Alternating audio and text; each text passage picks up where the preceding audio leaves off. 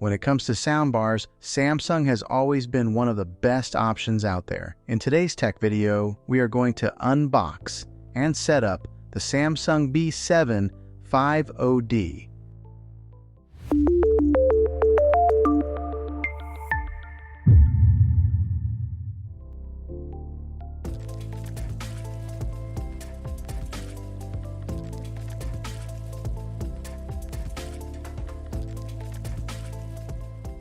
Okay, so here's the front of it, and on here you'll see where it's got the branding nameplate. There is a speaker with a soft covering right here. This is the back. It's got the big old hole here for the subwoofer outlet. The power cord goes here, and then here is an ID set button that you push here to get it paired up with a soundbar. All right, so let's see what's inside the bag here. The bag full of goodies. So they give you the power cables for one for the subwoofer, one for the soundbar. And good, they give me an optical cable here. I was kind of wondering that if I was going to have to order this separately, because a lot of times some of these companies will save costs by not sending you the right cables that you need. But here's the optical cable that I'll use to tie this in directly into the TV. Here's the other end of the power plug in the soundbar. A lot of times these square parts here are so beefy. This one kind of the medium size. The user manual, I don't know who reads these things. Okay, 2 angle brackets here to mount the soundbar if you were going to mount this onto the wall. I have a tendency of losing these things, but I'm going to be setting mine on the console underneath the TV right there, so I won't be using this. This right here is another part of the mounting bracket that kind of helps support, push it out from the wall. Some more nuts and bolts if you were going to hang it onto the wall. And now here is the remote. I'm always interested to see what the remotes on these things look like. Batteries. I always get these off the wall mainframe batteries. This one's called Mustang. Who's ever heard of that? Why can't they send me like a Duracell or Energize? Now the remote looks similar to the TV remote that I had, the Samsung TV remote. Let me show you the difference. Here is a TV remote right here, soundbar TV. So you can see they're pretty similar, but I imagine once I get the soundbar hooked up, I would really hope that I can get it hooked up to using just one remote, because I hate having to use 2 remotes. So we'll see how that pairs up with it and see if we can just use the one remote, the TV remote. I'll go ahead and put the batteries in to the soundbar remote. Okay, everything's unboxed here. I'm going to go ahead and get all the power cables hooked up into the subwoofer and the soundbar and get it up there and get it plugged in and get it set. Okay, on the back side of this, there is a USB output. There's an auxiliary in output, a digital. This is where the optical cable is that I will be using to be plugging in from here into a TV. And on the other side here, they got an HDMI in, and then they've got the TV arc out. So this is the other HDMI arc out, and then right here is the power outlet, DC, 24 volt. This is all on the back side.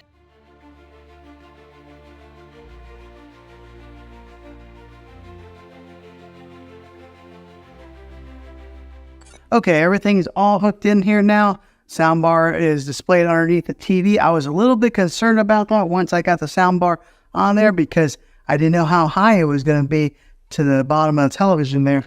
And it's like right there. It's almost perfect. And then I got a little bit concerned to see if the sensors would still be able to read a remote control, but it's fine. I don't even know where the sensors are on that TV. They're really hidden and discreet, so I don't know if they're in the screen somewhere. But now whenever I turn up the volume, you'll see it says AV soundbar. Automatically recognizes the make and the model of the soundbar.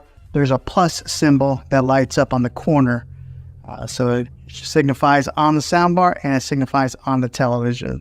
Okay, the subwoofer is connected to the soundbar. Let me tell you, I've never experienced such an easier setup process than this right here. The way this works is once you plug in the subwoofer right here, it automatically connects to the soundbar right away. So that you don't even need to push in the button on there to pair it. It automatically did that. And one of the ways that you can tell if it is paired is on the back side of the subwoofer. You'll see that there's a blue light right there shining. So that means that it is connected. Another little bit of information: if it is blue, that means that it is connected. If it's red, then that means that there's an issue in the setup process. And if it's blinking blue and red together, then that means there is a malfunction. So make sure you watch the indicator light. But I don't think you should have any problems if you're hooking this up. Seems simple enough. Now you are able to hook this up wirelessly via Bluetooth, but I mean, if they give you one of those optical cables, I really recommend to go direct line in. Sometimes you never know what kind of issues that you'll have going through wireless through Bluetooth technology. I know it's pretty solid, Bluetooth is, but if you can go wired in, definitely do that. So that's what I did, wired in. Okay, so the good thing is we were able to use the TV remote for the soundbar and TV together, so I will only be using one remote. No need to have two different remotes, one to run a soundbar or one to run a TV. Everything will be accessed through this one right here. This is a TV remote, so I like that. Less remotes is better. Okay, so we're going to do a little sound test to give you guys, I know it's going to be hard for you guys to really tell, maybe, depending on what kind of sound system that you have, if it's coming through your computers. I'll give you guys a little test of what it's going to sound like. And I just did a little trial run. Let me tell you, it is a big difference between using a soundbar and just using the speakers on the TV. It gets pretty loud without having to turn it up very far. So much so that my wife is sitting behind me and she started squinting her eyes like that because it was just getting kind of loud for her. But listen in.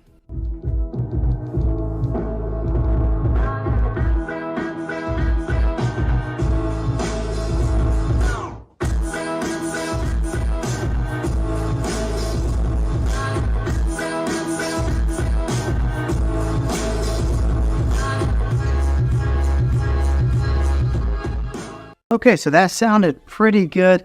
I'm very pleased with this purchase so far. Sounds like it's going to be a really good soundbar. Now, something to note here, the bass there pushes out through the back. In my particular surroundings, I've got it on a cornered wall right here. But when it pushes out, it kind of travels up, so we could hear the bass really well. I know everybody's environment is going to be a little bit different. I do have a higher ceiling, so some of the sound that comes out from the top of the speakers is going to have to travel up quite a ways to kind of fill the room, but it does push out from the ends here. We can hear that perfectly fine. So if you do have a lower ceiling, you should be able to hear it and get all that rich sound that comes from this sound bar. But yeah, it's pretty easy to set up and it sounds fantastic.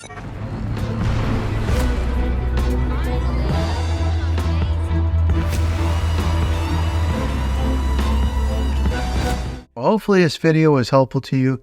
If it was, click a thumbs up on this. Go ahead and subscribe to my channel. I make tech videos all the time, and I would love to have you back in the next one. Take care.